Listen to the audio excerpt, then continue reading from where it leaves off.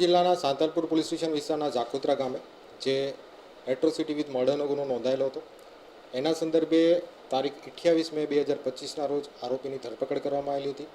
આ આરોપીમાં એક મહિલા અને એક પુરુષ હતા. આ બંને આરોપીઓને બીજા દિવસે સ્પેશિયલ એટ્રોસિટી કોર્ટમાં પ્રોડક્શન કરવામાં આવ્યું હતું અને રિમાન્ડની માંગણી કરતા નામદાર કોર્ટ દ્વારા તારીખ 3 જૂન 2025 સુધીના રિમાન્ડ આપવામાં આવેલા હતા. આ રિમાન્ડ દરમિયાન આ બંને આરોપીઓની સઘન પૂછપરછ કરવામાં આવી હતી.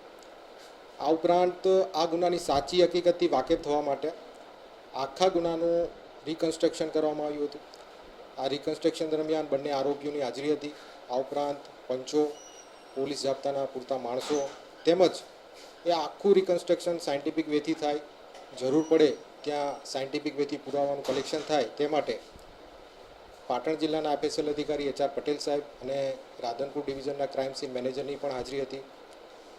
આ આખા રિકન્સ્ટ્રક્શન દરમિયાન આપણને અમુક હકીકતો પોલીસને મળી હતી.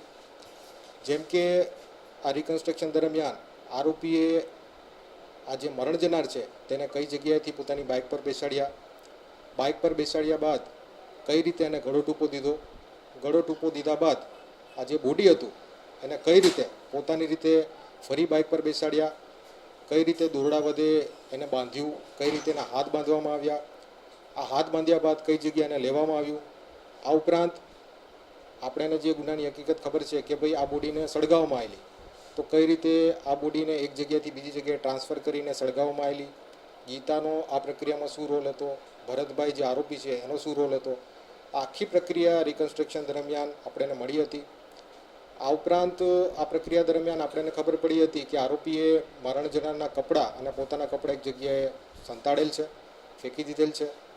વધુ તપાસ કરતાં પંચોની હાજરીમાં તેમજ FSL અધિકારી અને ક્રાઇમ સીન મેનેજરની હાજરીમાં આ જે કપડાં છે એને કબજે કરવા માટે ભારતીય સાક્ષ્ય અધિનિયમની કલમ 23 મુજબ એક ડિસ્કવરી પંચનામું કરીને આ કપડાં પણ કબજે કરવામાં આવ્યા હતા.